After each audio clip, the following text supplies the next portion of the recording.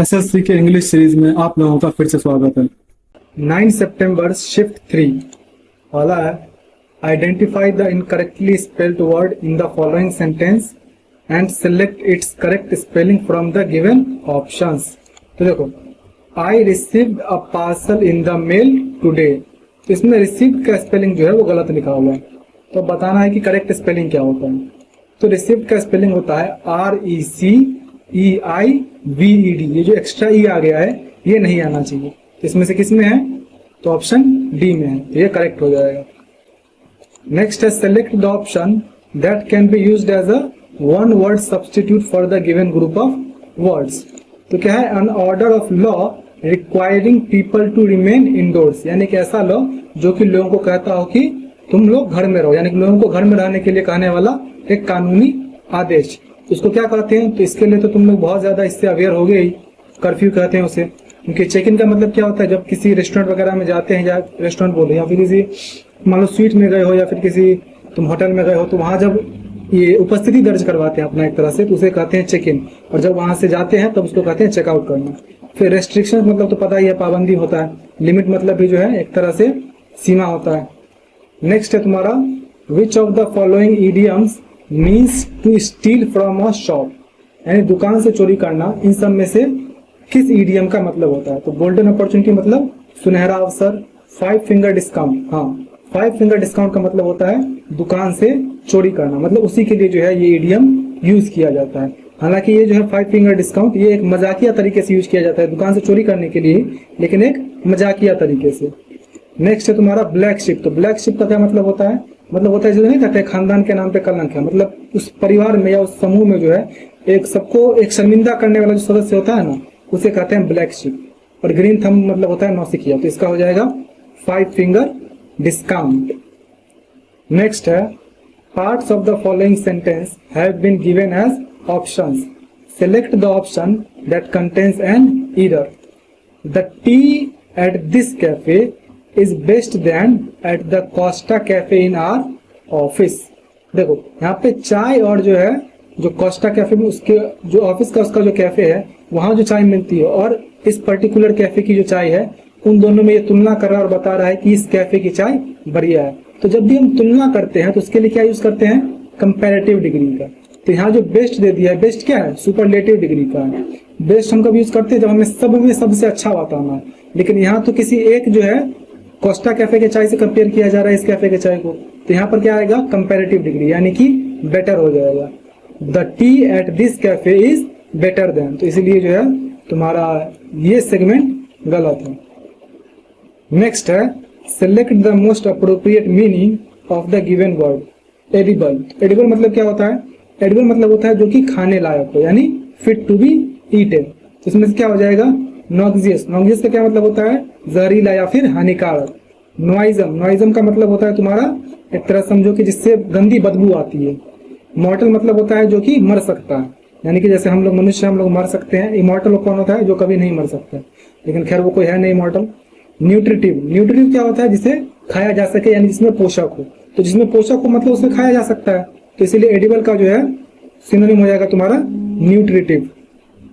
Next है तुम्हारा select the option that can be used as a one word substitute for the given group of words। morbid compulsion to consume alcohol continuously, यानी कि एक morbid compulsion मतलब कि एक तरह से समझो compulsion मतलब होता है मजबूरी, लेकिन morbid का मतलब ऐसा समझ लो कि जो कि किसी इंसान के द्वारा नहीं, बल्कि मतलब एक तरह समझ लो वो बीमारी ही है। तो किस चीज की बीमारी के बारे में बता रहा है? जिसमें जो है इंसान लगातार शराब पीते ही जा रहा हो, पीता ही जा रहा हो, उसकी ऐसी जो है एक मॉर्बिड मजबूरी हो, यानी एक तरह से समझो बीमारी ही। तो इसमें से कौन सा हो सकता है? देखो मेनियाक। मेनियाक मतलब होता है जो कि पागल टाइप का आदमी हो, जो मानसिक रूप से अस्थिर हो। डिप्सोमेनिया। देखो डिप्सोमेनिया का मतलब होता है कि एक ऐसा बीमारी जिसमें शराब पीने की बहुत ही मतलब अनकंट्रोलेबल अर्ज होती है, यानी बहुत ही तेज मन करता है उसको हमेशा शराब ही पीते रहने का। तो ये जो है खैर मेडिकल फील्ड से जुड़ा हुआ है, तो इसीलिए जो है इसको बीमारी की कैटेगरी में ही रखा जाता है। तो डिप्सोमेनिया का यही मतलब होता है जो ये है, कंज्यूम अल्कोहल कंटिन्यूअसली। फिर है क्लेप्टोमेनिया। तो क्लेप्टोमेनिया का मतलब होता है जिसको चोरी करने की जो है मतलब बहुत चुल होती है चोरी करने की। फिर सैटिरोमेनिया। सैटिरोमेनिया कहते हैं जो कि जो पुरुषों में जो है बहुत ज्यादा एक तरह से काम वासना होती है, मतलब हमेशा वो हॉर्नी ही रहता है, उसे कहते हैं सैटिरोमेनिया। नेक्स्ट है parts of a sentence are given below in jumbled order, arrange the parts in the correct order to form a meaningful sentence. क्या है? Having the opportunity of observing peoples we respect and appreciate their point of views, the advantage of travelling different places and culture custom and life style is that. देखो सबसे पहले तो इसमें क्या आ सकता है, सबसे पहले आएगा जब किसी सेंटेंस को शुरुआत कर रहे हैं तो the advantage of travelling different places, क्योंकि और किसी से भी जो है तुम्हारा सेंटेंस शुरू नहीं हो सकता। देखो we respect and appreciate their point of view, तो देयर जो बोल रहा है इट मीन्स दैट इससे पहले किसी की बात की गई होगी, उसी के लिए तो ये प्रोनाउन यूज किया जा रहा है। तो इसीलिए इसमें जो फ्रेश सेंटेंस लग रहा है वो यही लग रहा है कि ये जो तुम्हारा एक तरह से जो क्या बोलते हैं, इसको तुम सेगमेंट बोल सकते हो, ये जो सेगमेंट है ये एकदम फ्रेश लग रहा है, किसी से जो है सेंटेंस तुम्हारा शुरू हो रहा है। तो the advantage of travelling different places and के बाद क्या हो सकता है, तो having the opportunity of observing peoples. यहाँ पे मैं culture custom and life style इसलिए नहीं दिया क्योंकि इसमें पीपल्स के बाद जो है अगर पहले ये लगा दोगे तो इसके पीपल्स के आगे क्या लगाओगे, पीपल्स के आगे तुम्हें ऐसा कुछ लगाना हो जो कि आदमी का वी रिस्पेक्ट तो हम नहीं लिख सकते हैं, तो इसीलिए क्या हो जाएगा आदमी का कल्चर। तो ये तो पक्का है कि हैविंग द अपॉर्चुनिटी के बाद ही culture custom and life style आएगा। तो पहले आ जाएगा the advantage of travelling different places and having the opportunity of observing people's culture custom and life style is that we respect and appreciate their point of view. यानी कि पहले are, फिर P, फिर एस और फिर Q, R P S Q, तुम्हारा option D. Next है select the most appropriate synonym of the bracketed word in the following sentence to fill in the blank. The elaborate syllabi had to be summarized to make a presentation in the UGC assessment meeting.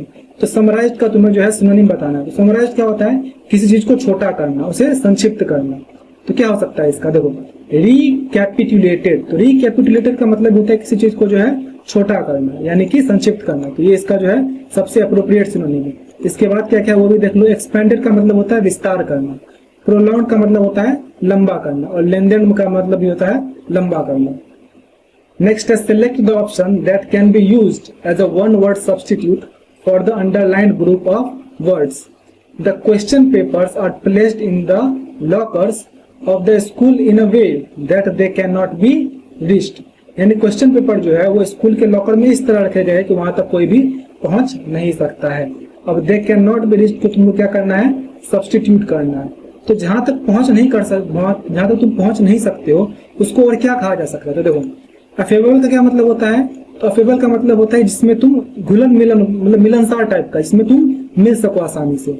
फिर है इररेप्रेसिबल। तो इररेप्रेसिबल का क्या मतलब होता है, जिसको दबाया ना जा सके या जिसको कंट्रोल ना किया जा सके। Are affordable. तो अफोर्डेबल का क्या मतलब होता है, जिसे खरीदा जा सके, मतलब जो किफायती हो। नेक्स्ट क्या है, आर इनएक्सेसिबल। तो इनएक्सेसिबल का मतलब होता है जिसे तुम एक्सेस ना कर सको, यानी जो तुम्हारी पहुंच से बाहर। तो वही ना बोल रहा है दे कैन नॉट बी रीच्ड, यानी कि वो जो उस तक कोई भी पहुंच ना सके, यानी कि वो पहुंच से बाहर है। तो इसलिए इसका हो जाएगा आर इनएक्सेसिबल। नेक्स्ट है select the incorrectly spelled word. Privilege सही है, accommodate double c double m सही है, मिस्चीवियस। देखो मिस्चीवियस जो है, मिस्चीवियस का स्पेलिंग यहाँ पर गलत है। मिस्चीवियस का स्पेलिंग होता है MISCHIEVOUS। ये जो एक्स्ट्रा आई लिख दिया है ये नहीं आना चाहिए, डायरेक्ट मिस्चीवियस हो जाएगा। ठीक, ये आई जो आ गया इसलिए गलत हो गया। फिर मिलेनियम सही लिखा हुआ है। नेक्स्ट है the painting was admired by art enthusiasts from around the world. अब इसे क्या करना है, select the option that express the given sentence in active voice. यानी पैसिव में दिया हुआ है, तुम्हें एक्टिव में बदलना है। तो चलो बदलते हैं। द पेंटिंग वाज एडमायर्ड यानी वाज प्लस V3। तो इसको जब हम बदलेंगे तो क्या हो जाएगा, डायरेक्ट V2 आ जाएगा। तब इसमें देखो कि सब्जेक्ट और ऑब्जेक्ट क्या है। तो द पेंटिंग तो इसमें सब्जेक्ट है और ऑब्जेक्ट क्या है, by art enthusiast from around the world. देखो इसमें ऑब्जेक्ट जो है यहाँ पर, जो कि हमारा एक्टिव वॉइस में सब्जेक्ट आ जाएगा, तो सब्जेक्ट सिर्फ आर्ट एंथुसियास्ट नहीं है बल्कि art enthusiast from around the world है। क्यों, क्योंकि देखो मैं कितनी बार बताया है कि जो एक्स्ट्रा इन्फॉर्मेशन है वो लास्ट में लाएगा, लेकिन यहाँ पर ये एक्स्ट्रा इन्फॉर्मेशन नहीं है। क्योंकि अगर तुम इसे एक्स्ट्रा इन्फॉर्मेशन कंसीडर करते हो तब क्या करोगे कि तुम लिख दोगे art enthusiast admired the painting from around the world. तो वो क्या हो जाएगा, फ्रॉम अराउंड द वर्ल्ड जो है वो पेंटिंग को और ज्यादा डिफाइन करने लगेगा। जबकि यहाँ पर फ्रॉम अराउंड द वर्ल्ड यानी दुनिया भर से जो है ये किसको डिफाइन कर रहा है, आर्ट एंथुसियास्ट को, यानी कि आर्ट के प्रशंसक को।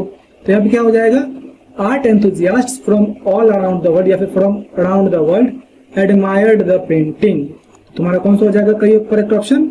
हो जाएगा तुम्हारा option B, art enthusiasts from around the world admired the painting. इन चीजों को देखो ध्यान रखना क्योंकि सीजीएल है भाई, मजाक नहीं है। नेक्स्ट है तुम्हारा select the most appropriate antonym of the given word.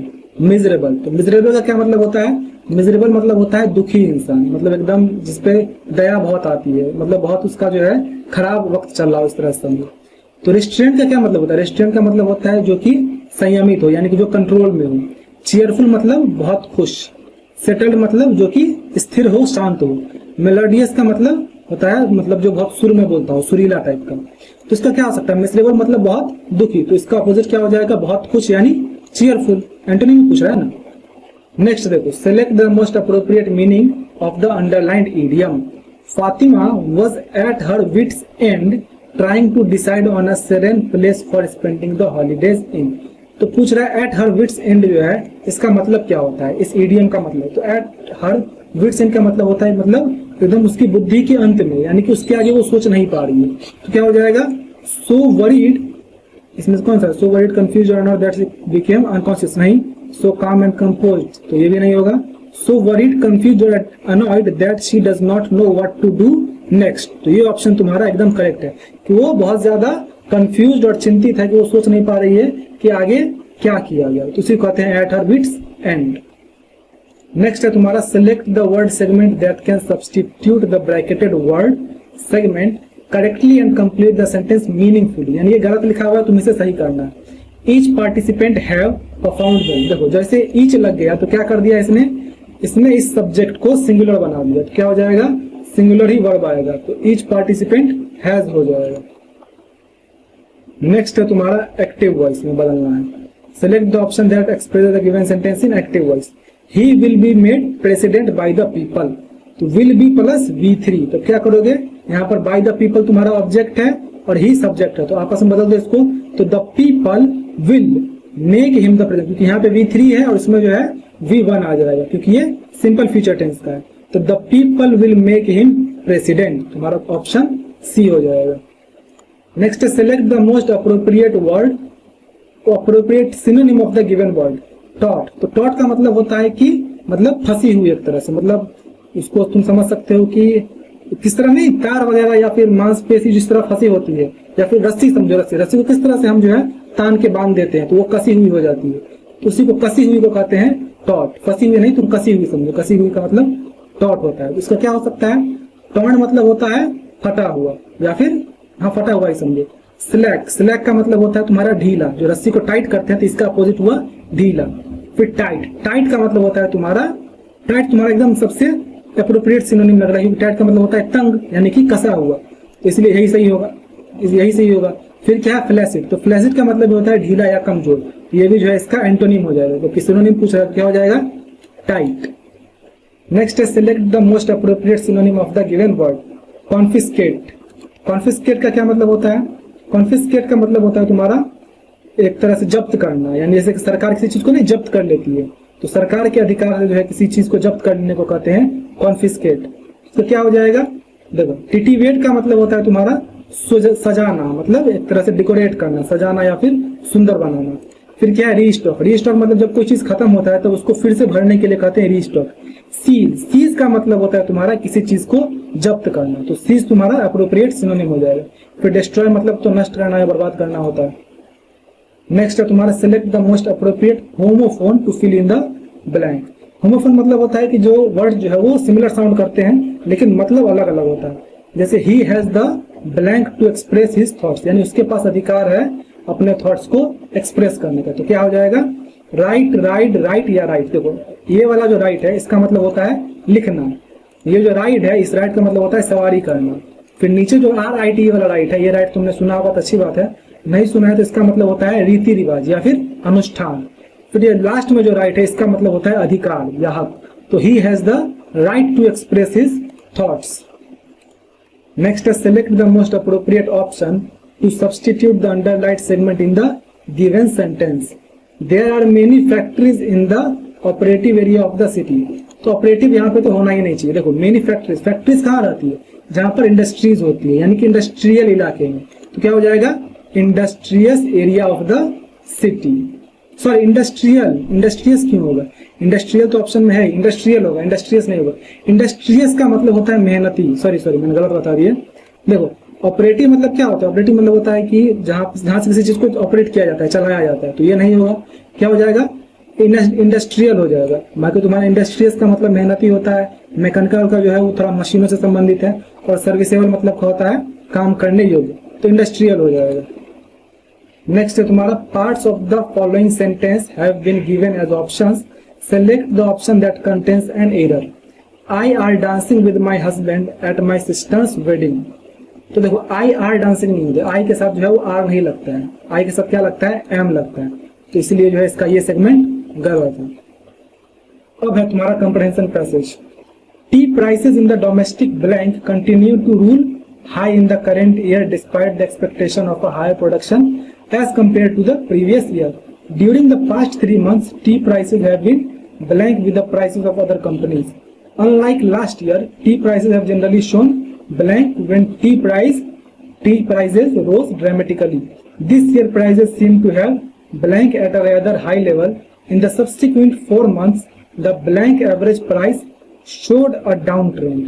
देखो अब देखते हैं, T prices in the domestic क्या होना चाहिए, फील्ड जोन मार्केट या एरिया, तो डोमेस्टिक मार्केट होता है, घरेलू बाजार में जो है टी प्राइसेस क्या हो रहा है, continue to rule high in the current year, यानी इस साल जो है बहुत ही हाई चल रहा है घरेलू बाजार में, डिस्पाइट द एक्सपेक्टेशन। खैर ये सब जरूरी नहीं है। नेक्स्ट देखो, during the past 3 months tea prices have been blank with the prices of other company. तो टी प्राइसेस इस अभी इन 3 महीनों में टी प्राइसेस क्या की है, अदर कंपनीज के प्राइस के साथ अलाइनिंग, इनकाउंटरिंग, फेवरिंग या काउंटरिंग, तो अलाइनिंग हो जाएगा। अलाइनिंग का मतलब होता है तालमेल बिठाना, यानी दूसरी कंपनी के प्राइसेस के साथ भी जो है टी प्राइसेस जो है उसने अपना तालमेल बिठाया है। Unlike last year tea prices have generally shown blank, यानी कि लास्ट ईयर की तरह टी प्राइसेस इस बार क्या दिखा रही है, ब्लैंक। क्या हो जाना चाहिए यहाँ पे, an innate, an reduction, an up trend या एन इनफ्लो, तो यहाँ पर हो जाना चाहिए। देखो किस चीज के बारे में है इसमें, देखो क्या क्या ऑप्शन में है, इनेट, रिडक्शन, अप ट्रेंड या इनफ्लो। तो रिडक्शन, अप ट्रेंड ये दोनों जो है एक दूसरे के लगभग अपोजिट है, तो देखो क्या होना चाहिए, अप ट्रेंड की reduction with the prices of other companies. Unlike last year tea prices have generally shown blank when tea prices rose dramatically. देखो रोज ड्रामेटिकली जो है वो एक पॉजिटिव साइन देता है, तो यहाँ पे क्या हो जाएगा, शोन अप ट्रेंड, क्योंकि पॉजिटिव साइन दे रहा है यानी टी प्राइसेस क्या हो गया होगा, अच्छा गया होगा, उसके टी प्राइसेस जो है वो बढ़े होंगे उसके दाम, तो क्या हो जाएगा, अप ट्रेंड हो जाएगा। This year prices seem to have blank at a rather high level, तो ये भी जो है उसी चीज को कंटिन्यू कर रहा है, तो क्या हो जाएगा, अबेटेड, मोटिवेटेड, स्टेबलाइज या इक्वेटेड, तो स्टेबलाइज हो जाएगा क्योंकि अप ट्रेंड में है और उसको कंटिन्यू कर रहा है, यानी उसको जो है जिस तरह से उसको स्थिर रखा है। स्टेबलाइज मतलब क्या होता है, स्थिर रहना, स्थिर होना या फिर स्थिर रखना। तो टी प्राइसेस क्या हो रही है कि पहली बात तो अप ट्रेंड में है और क्या दिखा रही है कि वो एक स्टेबलाइज्ड वे में जो है चल रही है। In the subsequent 4 months the blank average price showed a down trend, यानी कि इन 4 महीनों में द ब्लैंक एवरेज प्राइस क्या होना चाहिए, ईयरली, मंथली, हाफ ईयरली या वीकली। तो जब मंथली की बात कर रहा है तो मंथली यहाँ पर भी होगा, क्या हो जाएगा, monthly average price. In the subsequent 4 months the monthly average price show ना डाउन ट्रेंड। तो इस तरह से तुम्हारा पांचों कंप्लीट होता है।